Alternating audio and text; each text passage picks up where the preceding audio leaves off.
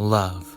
The butterflies in your stomach, the feeling of deep affection, the thing that gets you turning red and turns you on. Oh no. We've all experienced this kind of love. Love is a feeling so abstract, so free-form, so off-putting, that over time we've just accepted it as romantic attraction towards someone. Of course, that's only romantic love. There are multiple definitions, but realistically, what's the first thing you think of when somebody says love? So with a feeling so difficult to really pinpoint an exact explanation, how does that translate well into our stories? How do live actors act like they're in love? How do animators draw these characters in love?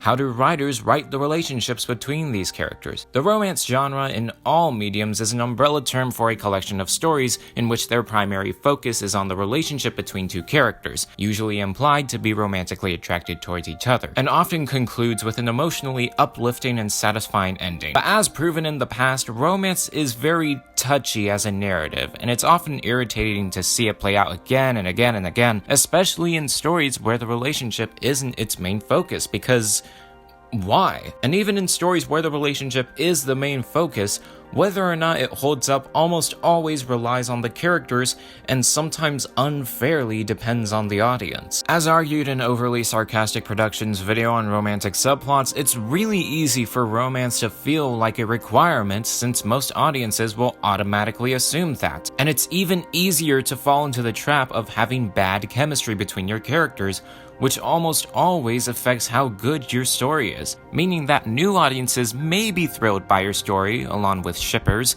but people with more knowledge about said writing will cringe to the highest level, and even worse, audiences may have life experience to compare it to, and if it seems off, it can somewhat ruin the story for them, no matter what medium it's displayed in. But right now, I'm not talking about the problems with love stories displayed in the media, as someone else has already talked about that. Instead, for Valentine's Day, yes, it is Valentine's Day, I'm going to talk about my top 10 favorite love stories in film, television, manga, whatever I can find.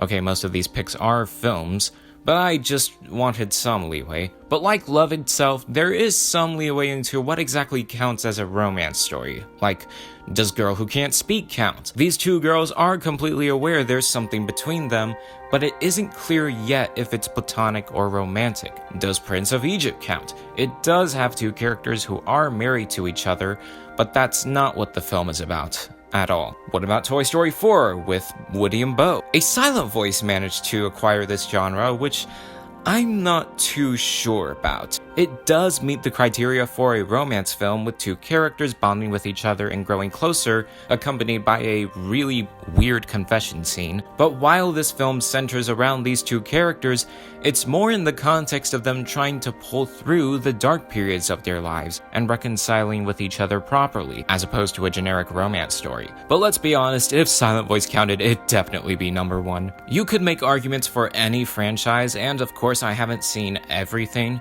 but I just want to talk about my current favorites, and I may update this list in the future. And if you're wondering if I'm going to be ranking these on how good the story is, or how good it is at meeting the romantic genre criteria, the answer is both. Let's begin. I got a chocolate bar. I got a quarter. I got a rock.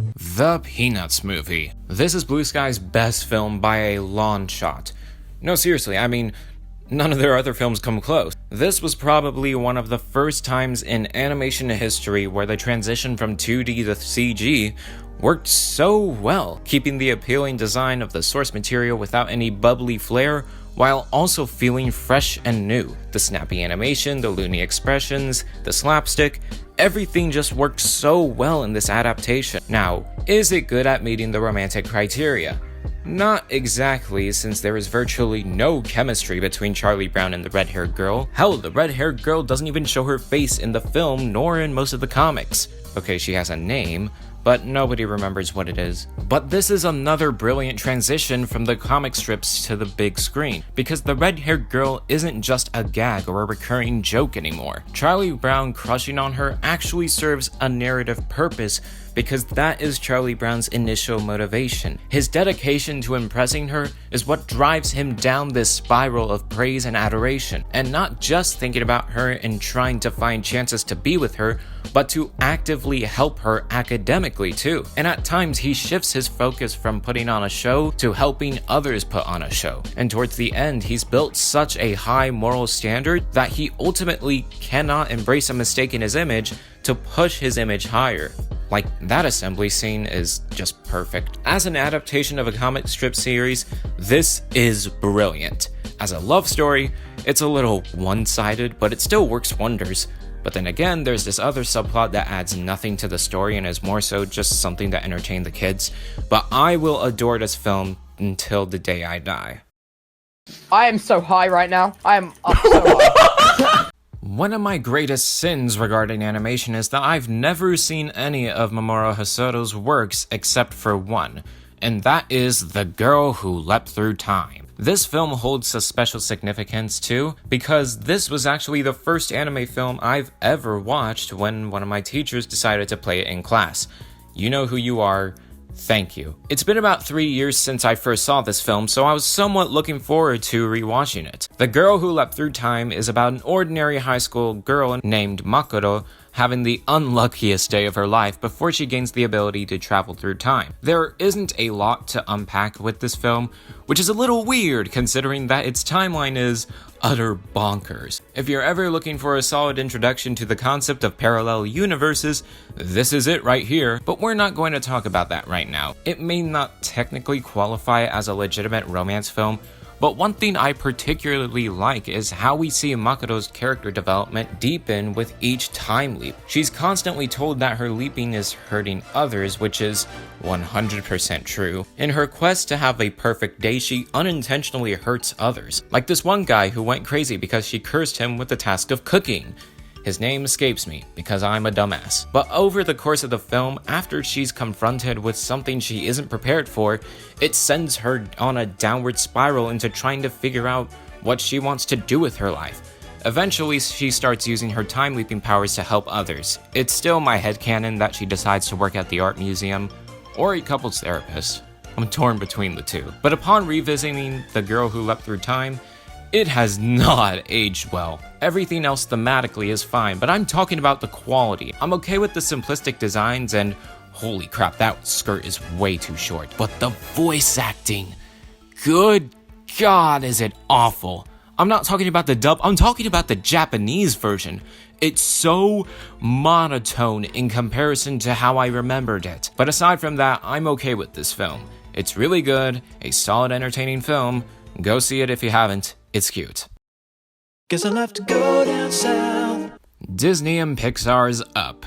Let's be honest, the opening is most definitely the strongest part of this film, despite me never having cried at the first 10 minutes. However, this beautiful montage of a very charming married couple does more than just leave a bittersweet impression. That bittersweet impression gives you the emotional context for the rest of the film in understanding what this story is about. While yes, it is a very bizarre yet adorable adventuresque tale, what the film is essentially about is the relationship between Carl and Ellie, or more specifically, his attachment to Ellie projected through his attachment to his belongings, and in how Carl's journey with Ellie was not that of a mystical adventure, but really just their entire married life, and how the film presents the idea that it may seem difficult, especially right after losing a loved one, to form new relationships with new people, with it being harder and harder to really grasp the older you get. This is honestly a very charming and impactful story that comes together quite nicely, even if it's not the best thing in the world. Reality is an illusion. The universe is a hologram. Buy gold. Buy! Alright, let's get this over with.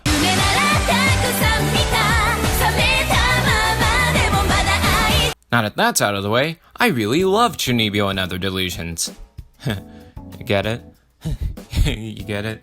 You get it? I don't think I've mentioned this before, but one major strength in KyoAni's catalog is their characters. Other studios may have more complex examples, but Kyoto Animation has a plethora of all kinds of characters, from those with so much comedic potential to those with tremendous amounts of emotional devastation. to the in-betweens that feel so human and genuine. And in some ways, Chunibyo has all of that. Love, Chunibyo and Other Delusions is a franchise about Chunibyo, otherwise known as 8th grade syndrome. That phase you go through in an adolescence associated with delusions and fantasies. While it does use that idea for so many comedic moments, it also uses that concept in a very unique way. At first, the characters that have Chunibyo are ridiculous, but over time, you come to understand what they're saying as if the whimsical way they talk is a language of their own. And in a way, it is a language. The show also ties Chunibyo with another concept, the child within all of us. It presents this idea that the conventional sense of maturity is bogus, and that even when we all get older, even when we are adults, we still have this whimsical childlike side to us that we might give up at times, but in the end, it'll always come back. That is a brilliant philosophy that I love about the show. And I also love the characters, as I said. Nibatani and Dekamori's rivalry is utter hilarity. Kumin is such an angel. Yuta is a very human protagonist. And what's this? A plethora of female characters and one male protagonist? And it's not a harem? And Rika is amazing. I love her. And I love the romance between her and Yuta. I need more of that. However, a lot of the character interactions shine brighter when it's between 2 or 3 people. As a collective unit, I can't say they leave the same impression as, say, the K-On! Members. Oh yeah, and there's a love triangle in the second season. Because. Oh, and that season 1 finale was kinda strange. Congrats, Rika version, you actually have a reason to exist. Yeah, some of the drama is a little bit too redundant, especially the ones with Shichimiya involved, but overall, the franchise does get better as it goes along. And Take On Me is a fantastic film. It's cute, it's adorable, it's genuine feeling. Anyone can have a good time with this.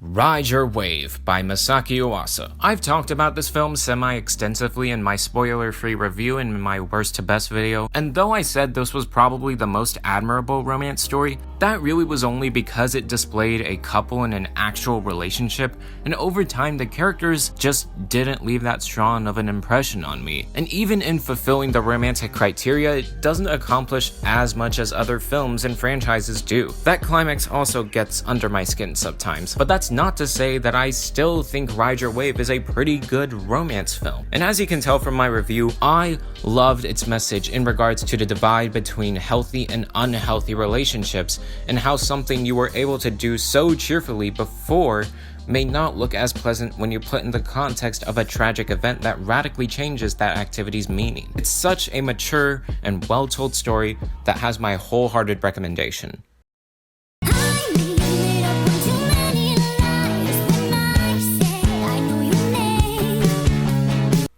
Your Name. Where to begin? Okay, so, I know this has been said before, but I'm just gonna say it anyway. Your Name is a beautiful film with spectacular visuals and a massive scope premise. Great lighthearted comedy with some questionable humor incorporated, but balanced out with shock, devastation, and stunning beauty.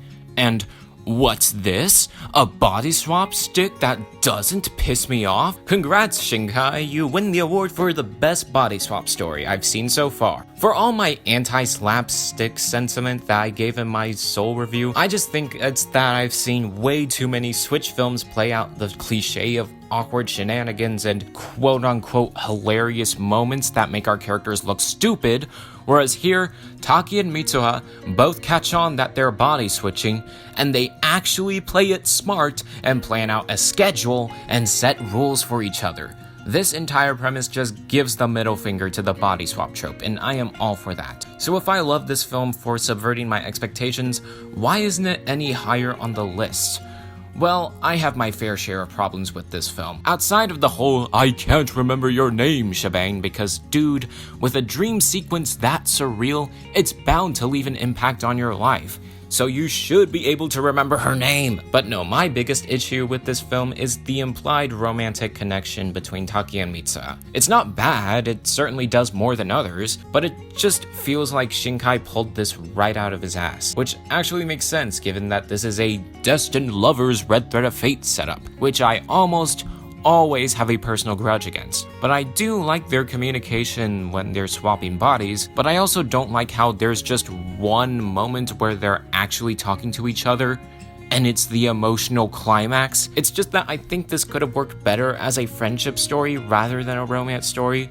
It still works, hence why it's even on the list, but there's just a blurred line between their relationship and the implied romance. But this film is still nice looking and a refreshing body swap story. I just wish there was more to it than that. Oh look, another Shinkai film. Some of this might be subjective, but while I do like Your Name, I love Weathering with You. Kimi no Na wa might have better lore and a better story in the sense of its very refreshing premise, but what almost always makes a good story for me personally are the characters, which this movie is tremendous at in comparison to some others. Horaka and Hina's bond with each other is very cute, but also very genuine feeling because they actually spend time together. And I really like the side cast too, since they have a big presence in this film and play a much fuller role. True that the side characters aren't as great in fulfilling their roles as Liz and the Bluebird, Silent Voice, or even Violet Evergarden, they still do it pretty well. And good God are those visuals gorgeous. And the soundtrack is so pretty, I cannot get enough of that opening music. It's just so mesmerizing. However, I do understand if people are turned off by this film's really weird ending, but I went in this film already knowing that the ending would be off-putting. And online, the general sentiment seems to be a lot worse than what it actually turned out to be. I was expecting a literal instantaneous flood as opposed to the eternal light rain. It's my headcanon that the weather depends on Hina's mental state. Overall, Weathering with You is a spectacular film that has become one of my personal favorites, and is currently the best thing I've seen from Shinkai so far. At least until I get around to watching 5 centimeters per second. With your pike upon your shoulder by the rising of the moon. Tonikawa, Over the Moon for You. This entire show takes the conventional romantic comedy structure and its plethora of cliches and just takes a complete shit on it. Oh, you were expecting our characters to get together at the end of the season? Pfft, nah, how about instead our male protagonist speed runs a relationship? Huh? The characters are supposed to be assholes for the sake of our own sadistic enjoyment? Well, how about we create the healthiest relationship? Communication, established values, pulling equal weight. And while we're at it, let's make these characters extra intelligent and immensely likable. Nasa being an absolute Chad, and Tsukasa being a practical take on a dream girl. Of course, she's considered kind and intelligent, but she's also a huge movie nerd, so she has my vote for best character. The first 4 episodes are kind of meandering. Even if revisiting them, they're more so entertaining. But the real fun begins from episode 5 onward, delving deeper into the subtle philosophy behind marriage. And okay, I just think episode 5 is just a brilliant episode on its own. Not only do we get to dive into the meaning behind wedding rings, we also get brilliant chemistry between Nasa and Tsukasa. This show is so good, you guys, I cannot recommend it highly enough. However, there is one other romance anime that I'd recommend above it. I don't wanna be your friend, I wanna kiss your lips. Harachito Shimamura. So, weirdly, there's a lot to talk about when it comes to this show. Going in, I was expecting some Yuri action, but I was not expecting its deep sociological discussion on friend groups. That whole shebang just came out of left field. Arachuto Shimamura is about the relationship between 2 girls, Arachi and Shimamura. Both are delinquent high school students who don't go to class that often and instead hang out on the 2nd floor of the gym playing ping pong.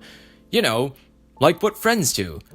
Yup, perfectly stable friendship, nothing gay going on here. Just some hand-holding, using each other's laps as pillows, exchanging Christmas gifts, exchanging chocolates on Valentine's, and thinking about each other literally all the freaking time. I'm just joking, of course Adachi's gay. And it might seem overkill to put a show that involves unrequited love on the list, since our characters aren't actually together in any portion of the show, but the Peanuts movie managed to get on the list, so I guess I can talk about this. But what got me hooked to the show wasn't really its LGBTQ romance. Okay, that's kind of a lie. I love the chemistry between these two. But what kind of blows my mind is its surprisingly honest take on human relationships. We all agree that it's the social norm to actually interact with people, right? But how many of those interactions are because you genuinely care for that person? And how many of those interactions are just to conform to a shallow social pulp? Those are the questions that this series presents, and in execution, it does it really well. Adachi and Shimamura spend so much time together that once they're separated, you start to notice the social pressure they're put under to conform to the social norms. But their interactions are either disingenuous or non-existent. I am a sucker for quiet, intimate moments, and this show is littered with very personal and cozy scenes. Aside from the overall sociological thesis they throw at you, the other characters are very entertaining as well. Like this one alien lolly who hangs out with Shimamura's little sister and tries to imitate a recorder. Sort of. There's also Nagafuhi and Hina who are just adorable. The whole Christmas and Valentine's shebang is so heartwarming, and Adachi, just ask her out. It's not like you're not going to be together. And thank there is no love triangle. I legitimately had a panic attack when Tarumi appeared on the screen with that lovey-dovey-esque background, but it's just a drift away message. Not as good of an execution as Liz and the Bluebird, but I'll allow it. I also think I should address the whole LGBTQ relationships in the media shebang. Everyone's figured out that these relationships are generally more compelling than heterosexual couples because there's less expectations for it nowadays. When you see a guy and a girl on screen, you instantly ship them for no reason at all. But when there are two people of the same gender interacting, you don't expect anything to come from it. But when they show incredible chemistry and excellent compatibility, you see the beauty in their development.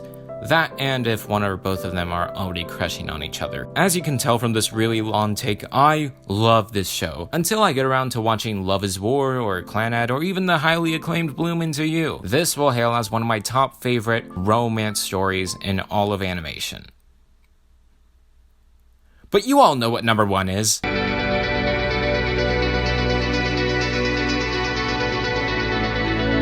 Of course it's WALL-E. I've said it before and I'll say it again, WALL-E is just the best Pixar film, and may as well be my number one favorite animated romance work of all time. While some of my praise for this glorious masterpiece comes from its very entertaining sidecast of delinquents I've never gotten tired of, and its more obvious environmentalism message, which many at the time thought was preachy, but oh, look who's talking now. But the real focus of the film is the relationship between WALL-E and Eve. You see how WALL-E's come to terms with the concept of humanity, to the point where he's developed his own understanding of human artifacts, but also knows there's more to his soul than just stuff. He wants what humans have. He wants love. He's jealous of humanity because he's truly alone. But then Eve arrives, a character at complete odds with WALL-E's entire worldview. The film shows Eve traversing the city following her programming and trying to find life, but in her first interactions with WALL-E, and more so when the spaceship leaves, you see how free she wants to be from her programming. You see how curious she is about WALL-E's perception of humanity, and in how it's not just directive, but instead a fascinating experience and exploration of living. And I keep saying the words like see and show, because so much of WALL-E is told without actually telling us anything. A lot of the interactions are played out without the characters uttering more than one or two words, and with characters who physically cannot emote on the same level as we can. The film brings so many emotions out of our lead's stale faces. It's such an honest and thorough homage to visual storytelling. And even when I was 3 years old, even when this film first came out, I was able to understand everything about this film. I was able to understand WALL-E's sense of longing. I was able to understand Eve's curiosity. I was able to understand the captain's compassion. But most importantly, I was able to understand animation and film as a medium. And holy crap, that soundtrack is amazing. This film is the peak of Pixar movies and the peak of animated love stories, and I cannot recommend it highly enough. So, to recap basically everything in this already lengthy video, the romance genre has always been an enigma amongst fans of storytelling. When it works, it's heartfelt and breathtaking, but when it doesn't, It's uncomfortable and can ruin the entire experience. Part of why these relationships don't feel genuine is because it's not treated like it's genuine. At this point in time, both the audience and the writers treat romantic relationships as an inevitability and not like its own magical and ethereal experience. Every little thing in these plots just feel like requirements the writers are checking off of their bucket list. One of my least favorite books of all time is The Language of Flowers, where the romantic subplot feels contrived to hell and includes a sex scene which I almost always feel uncomfortable with in the stories I try to listen to. But as shown in my top favorites and other love stories that probably deserve to be on this list more than others, the real magic of relationships isn't in how normie it feels. The real appeal of these stories and being in a relationship is the emotional support and the compatibility between both parties, something I really wish was implemented more into A Whisker Away. There is a lot to unpack when it comes to writing good relationships, whether it be in the dedication towards your love interest, or maybe the uneasiness in confronting feelings you weren't aware of, the relearning of how to form new friendships and relationships with all kinds of people, and in not losing your inner child in your dedication to a relationship, understanding what a healthy couple is, understanding that sense of longing, understanding your time spent together, the healthy communication between a loving wife and husband, the genuine affection you feel towards each other, friend or lover, as opposed to the blatantly bland social norms. But above all, the beauty in the humanity of good relationships and your longing for finding your directive. These are the ultimate strengths when it comes to writing a spectacular love story. And yes, I did just recap my top 10 love stories based on my reasons for loving them so much. So what are your top 10 favorite love stories from graphic novels, animated works, or even live works? Make sure to comment, like, subscribe, and hit the notification bell. It takes hours and days to make these videos, whereas it only takes a few seconds of your time to do those 4 actions. As always, thank you for watching, and see you next time.